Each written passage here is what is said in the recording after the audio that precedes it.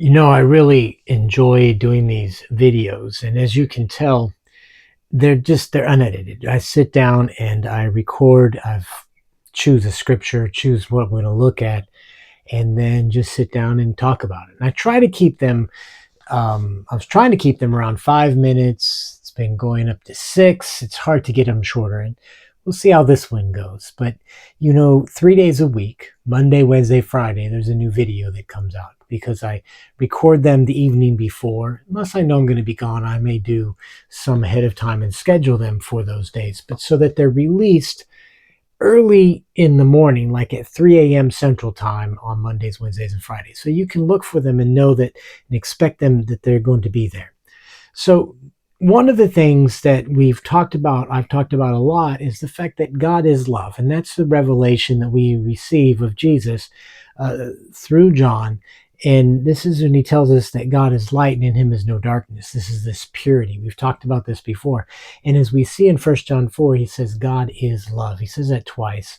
And this is a very important thing. The Apostle Paul gives us a definition and a description of love, what love is, and it's really important. And we're going to look at that.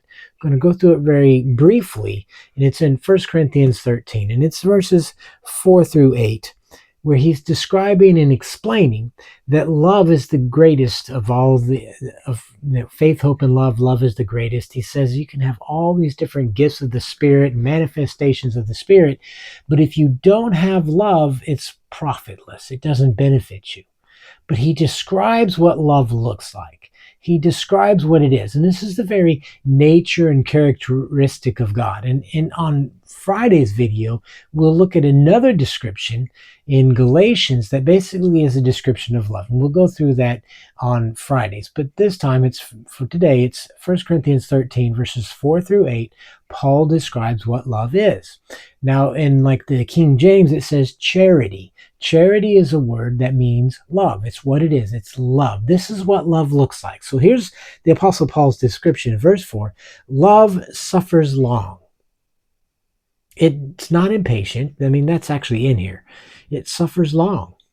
It doesn't grow weary. It suffers even, meaning it doesn't have to be reciprocal for it to give and to share. So love suffers long. It is kind. There is a kindness to love. Love is not harsh. It's not mean. It's not self-seeking. It is kind and patient. Love does not envy. It doesn't look and say, well, I want what you have, and if I can't have it, you can't have it.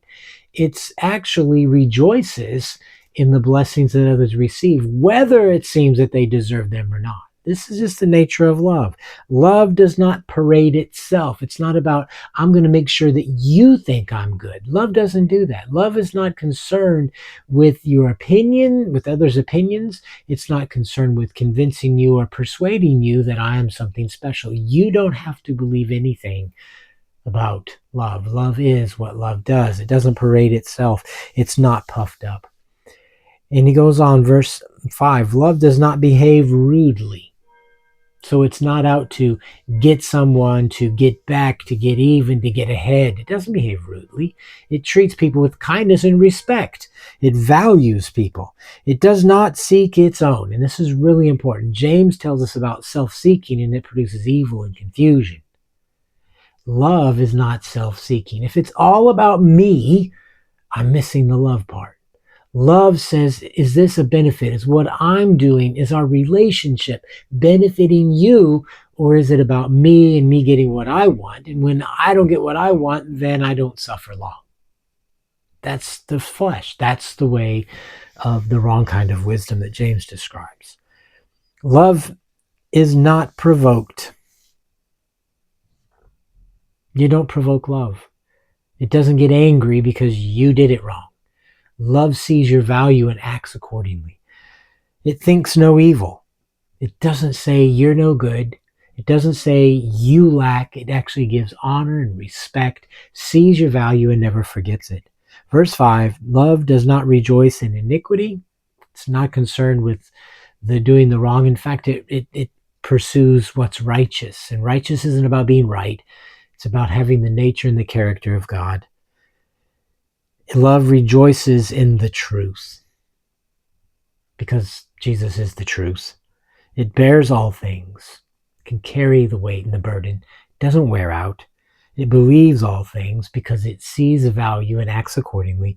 It hopes all things. It has an expectation, what the word hope means, that the truth bears fruit. It endures all things because it's focused upon that sure outcome. And the last part, verse 8, love never fails. Love never quits. And this is the very character and nature of our Father. He doesn't quit. He is kind. He suffers long. He doesn't quit. And so look at it in terms of relationships. When somebody says, I can't do it anymore, it's too much, that's not what love says. Love says, you're worth it, and I'm going to keep going even though I'm frustrated in this moment because it's not working out in a certain way. Love doesn't quit. This is what love is. It's really good to reflect, to meditate upon these verses and think, this is the description of our Father. This is the description of you. You are made in the image and likeness of God. You are love.